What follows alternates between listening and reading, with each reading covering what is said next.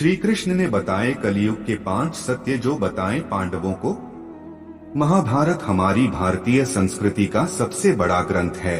महाभारत भगवत गीता केवल हिंदुओं का ही नहीं अपितु समस्त मानव जाति का ग्रंथ है।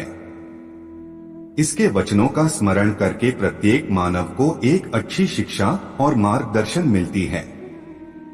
प्रत्येक मनुष्य को इसे अवश्य पढ़ना चाहिए। महाभारत में जीवन से जुड़ा ऐसा कोई भी विषय नहीं है जिसका वर्णन इसमें न किया गया हो। महाभारत में देश, धर्म, न्याय, राजनीति, समाज, योग, युद्ध, परिवार, ज्ञान, विज्ञान, आध्यात्मिक एवं तकनीकी आदि समस्त विषयों का वर्णन समाधान सहित मिलता है। आज हम वर्तमान युग के बारे में महाभारत के एक प्रसंग से बहुत कुछ सीख सकते हैं। यह प्रसंग उस वक्त का है जब 5 पांडवों को वनवास हो गया था। वनवास जाने से पूर्व पांडवों ने भगवान श्री कृष्ण से कहा, हे श्री कृष्णा, अभी यह द्वापर का अंत काल चल रहा है। आप हमें बताइए कि आने वाले कलयुग में कलिकाल की चाल या गति क्या होगी और कैसी होगी।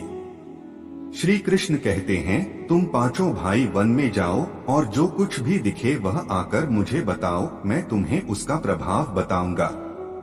5 भाई वन में चले गए। उन्होंने जो देखा उसको देखकर आश्चर्यचकित रह गए। आखिर उन्होंने क्या देखा और श्री कृष्ण ने क्या जवाब दिया, आइए जानते हैं। वीडियो में आगे बढ़ने से पहले हमारे YouTube चैनल जीवन ज्ञान संगम को लाइक सब्सक्राइब करें और कमेंट में जय श्री कृष्णा लिख दे। आपका कल्याण ही कल्याण होगा। कलयुग के 5 लक्षण, कलयुग के 5 सत्य। एक युधिष्ठिर भ्रमण में थे तो उनकी नजर अचानक एक हाथी में पड़ती है। युधिष्ठिर देखता है कि उस हाथी के 2 सूंड होते हैं, जिसे देख युधिष्ठिर चौंक जाते हैं और वे आकर सबसे पहले भगवान श्री कृष्ण से वो वाकया सुनाते हैं। जवाब में भगवान श्री कृष्ण कहते हैं कि हे धर्मराज युधिष्ठिर, कलयुग में ऐसे लोगों का राज होगा जो हमेशा प्रजा और अन्य लोगों का दोनों ओर से शोषण करेंगे। इन लोगों के 2 पहलू होंगे, ये कहेंगे कुछ और करेंगे कुछ और। पहले तो ये लोग अन्य लोगों से मीठी मीठी बातें करके उन लोगों को अपने मतलब के लिए इस्तेमाल करेंगे और उन लोगों से मतलब निकल जाने के उपरांत मुंह फेर लेंगे। 2 युधिष्ठिर के प्रश्न के उपरांत अर्जुन ने कहा, हे श्री कृष्ण, मैंने जो देखा वो तो इससे और ज्यादा आश्चर्यजनक था। मैंने देखा कि एक पक्षी जिसके पंखों में वेदों के रुझाएं लिखी हुई थी, परंतु वह पक्षी मरे हुए जीव का मांस खा रहा होता है। जवाब में भगवान श्री कृष्ण कहते हैं कि हे अर्जुन, कलयुग में ऐसे लोगों की कमी नहीं होगी जो बेहद ज्ञानी, विद्वान, ध्यानी तथा शास्त्रों के ज्ञाता कहलाएंगे।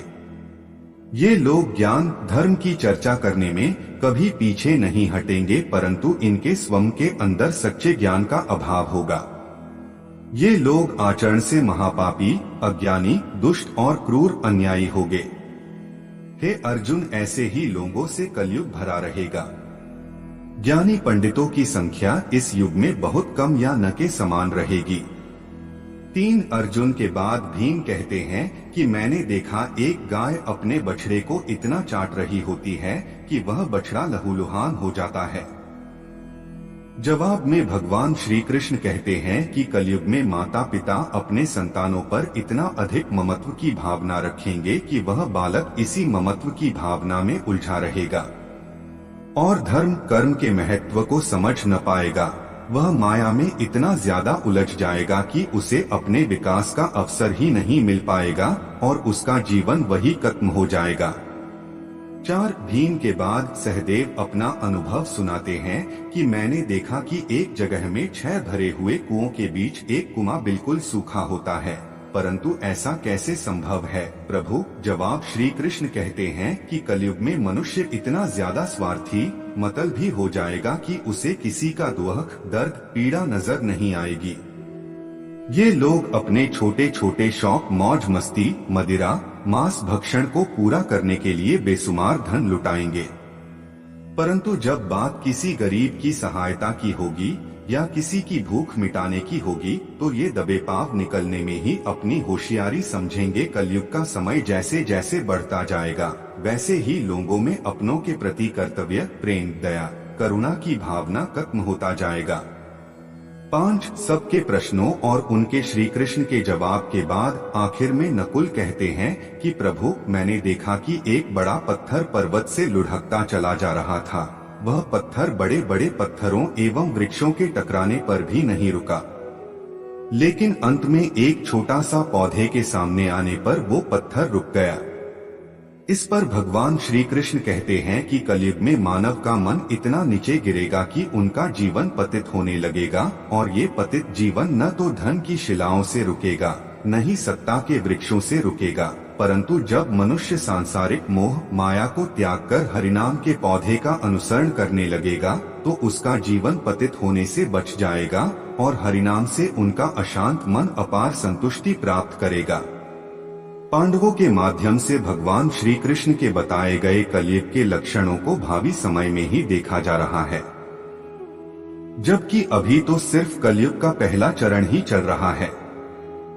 कलयुग अभी से हम पर अपना इतना ज्यादा प्रभाव डाल रहा है कि हम अपनी मानवता को ही भूल बैठे हैं। कलयुग के इस प्रभाव से बचने के लिए हमें अपने मन में हमेशा ही ईश्वर के प्रति श्रद्धा, अच्छे कर्म करते रहना चाहिए, ताकि हम कठिनाई भरे कलयुग की भवसागर को पार कर सकें। आज के लिए बस इतना ही। मिलते हैं न्यू वीडियो पर। जय हिंद, जय भारत।